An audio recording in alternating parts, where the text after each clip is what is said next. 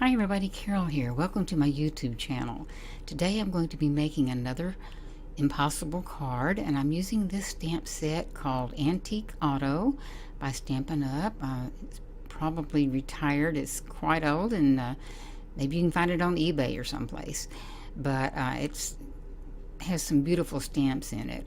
And I'm going to stamp this Vintage Auto with VersaFine Onyx Black ink. It would really make a nice Father's Day card, or any kind of a masculine card, or actually women too love cars, and car restoration is really popular today.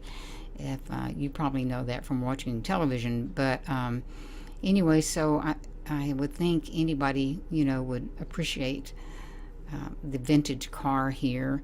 And so that's what I'm doing, and I'm not going to go into great detail about how to make this Impossible card. I have so many other videos that you can go back and look at that will give more details. But I make a 5x7 card, and I make 3 slits. I draw around this little template for the top and for the bottom, and where those lines are, that's where I make my cuts. The top doesn't have to be like that. That's just what I choose. And cut it with my scissors. You can do it on the paper trimmer. Between those 2 cuts there on the top, I call those tabs. You can score on your scoreboard between those 2 lines. You don't have to. I take my thumb and I mash that and push it back. Line those edges of paper up. Give it a crease. Flip it the other way, line those edges up, give it a crease, and there you have the Impossible card. And it's a lot of fun. I keep mine interactive, where you can move it back and forth, and the recipient can play with that and see how that is one piece of paper. Now this is the well, I should say these are the papers that I use of pattern paper. I think I got it at Hobby Lobby, and you can see on that centerpiece, which is my focal point, I used the script paper, then I used a piece of black cardstock, and then here is my Vintage Auto stamped, and glue those down. Then I have glued the other pieces down, cut them out already, and glued them down with Tombow Mono Multi repositionable glue, and it becomes repositionable when you let it dry, and the glue becomes clear. And then you can pull it up, put it back down, pull it up, just as I'm doing here, put it back down, pull it up, put it back down till you get it to where you want it or where you need it. It's a wonderful glue for that reason. So I'm putting down a strip, that 1 3/4 inch measurement, all the way down of the script paper. Then I'm putting a piece of burlap paper. I just found it easier to go ahead and do that first strip hole all the way to the bottom, so there's no matching or lining up. Just that little bit of extra. Doesn't cost much. And so I'm gluing the burlap paper down on top of it and lining it up to fit that portion right there, that rectangle on the bottom left. Then I cut an even smaller piece of polka dot paper, and this is actually going to be a pocket. I only put the glue around the edges, leaving the rest of it free. I'm putting a little edge to that pocket with a strip of black cardstock, and there you go. You can pull things in and out. You could put a gift card in there if you wanted to. I am using a tag, just a vintage looking tag, to slip in and out of there, that you could write a note on the back if you wanted to. Now, on the right hand side, when you flip it back, turn it into the Impossible card side, I cut another strip of the script paper, 1 3/4 inches, and then a piece of the burlap. But I should have put the burlap down first, because the script paper goes on top of that.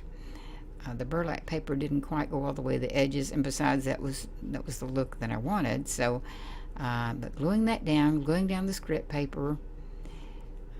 Then some other pieces. These little pieces now are all from a stamp set called Travel Post. And there's another small tag. There's kind of a hotel insignia there, a stamp, a coin. I end up moving them around, putting them somewhere else, but they kind of all match and go together there, the same colors basically. And so there you have it. Now when I flip it back flat, this is the part that will probably sit on the table when they fold it back and make it an impossible card, but I do want it to be decorated too. And so 2 more pieces of that Antique Auto stamp set are that gas tank and or pump, and I'm showing how you could write a note on there very easily. Leave it blank if you want to. I want it to definitely be different from the front side. So I end up taking the little car away and just only using the gas pump, but whatever, you know, just to make it back, flip it back and forth, decorate the way you want to. You could even write something on that little bitty tag. I was showing kind of like a heart. There was a leftover piece of black strip there. I thought I could even decorate that little tag with. So many things you can do.